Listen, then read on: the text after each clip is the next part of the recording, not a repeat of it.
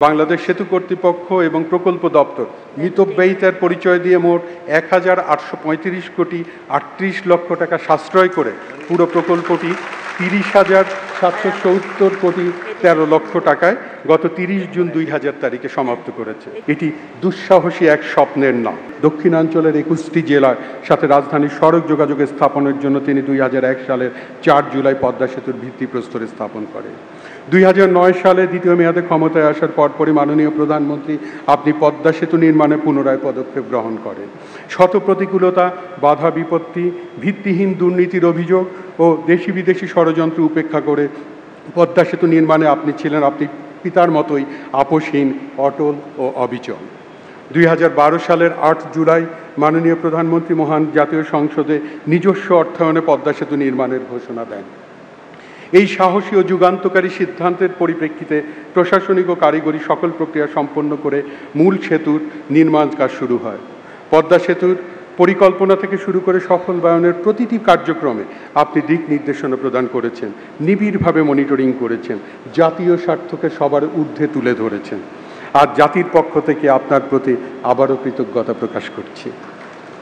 সেতু বিভাগ, বাংলাদেশ সেতু কর্তৃপক্ষ, পদ্মা বহুমুখী সেতু নির্মাণ প্রকল্পে অবদান রাখা সকল কর্মকর্তা কর্মচারী সহ সংশ্লিষ্ট সকল কর্মকর্তা কর্মচারী, বাংলাদেশ সেনাবাহিনীর সংশ্লিষ্ট সদস্যবৃন্দ, দেশি বিদেশি পরামর্শক, প্রকৌশলী, নির্মাণ শ্রমিক সকলেই অক্লান্ত পরিশ্রম করেছেন।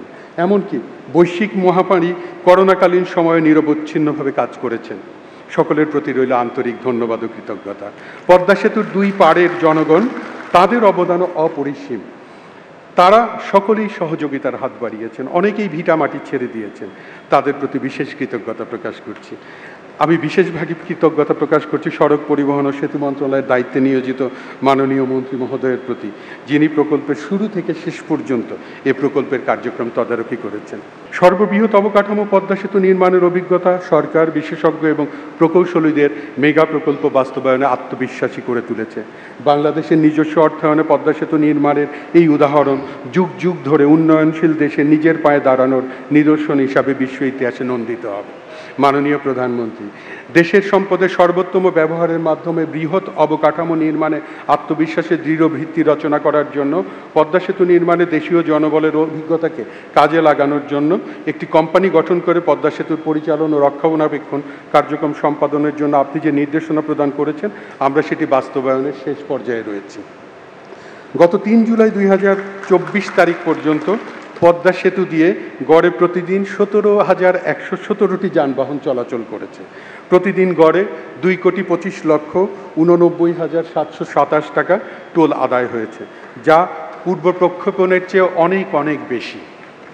সেতু বিভাগ বিগত ২ বছরে পদ্মা সেতু হতে আদায়কৃত টোল হতে মাননীয় প্রধানমন্ত্রীর উপস্থিতিতে অর্থ বিভাগ বরাবর ৮টি কিস্তিতে মোট ১২৬২ কোটি ৬৬,৬৬,৫৪৮ টাকা পরিশোধ করেছে। আমাদের এই পরিশোধের কারণটি হচ্ছে আমরা নিজেদের অর্থে পদ্মা সেতু তৈরি করেছি। বাংলাদেশ সেতু কর্তৃপক্ষ অর্থ বিভাগের নিকট থেকে এই অর্থটি ঋণ নিয়েছিল, সেই ঋণই আমরা ফেরত দিয়ে যাচ্ছি।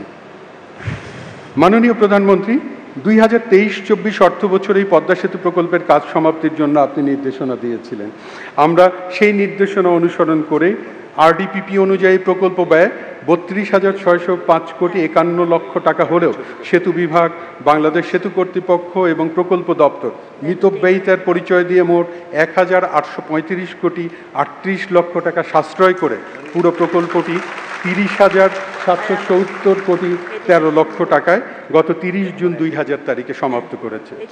মাননীয় প্রধানমন্ত্রী, আমরা দৃঢ়ভাবে বিশ্বাস করি আপনার গৃহীত পরিকল্পনা ও নির্দেশনা অনুসরণ করে উন্নয়নের মহাসড়ক বেয়ে বাংলাদেশ ২০৪১ সালের মধ্যে বঙ্গবন্ধুর স্বপ্নের উন্নত, সমৃদ্ধ, আধুনিক সোনার বাংলায় রূপান্তরিত হবে ইনশাআল্লাহ। নিজস্ব অর্থায়নে সেতু নির্মাণে মাননীয় প্রধানমন্ত্রী যে আত্মবিশ্বাসী সিদ্ধান্ত নিয়েছিলেন, সেই সিদ্ধান্তের ফলশ্রুতিতে প্রকল্পের সফল বাস্তবায়নের মাধ্যমে জাতীয় জীবনে যুক্ত হলো এক অনন্য অর্জন।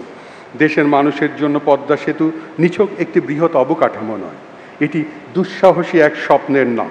এই স্বপ্ন যিনি দেখিয়েছেন এবং স্বপ্নকে বাস্তবে রূপ দিয়েছেন, তিনি আর কেউ নেই। আজকের প্রধান অতিথি, তার একক কৃতিত্ব আপনার, মাননীয় প্রধানমন্ত্রী।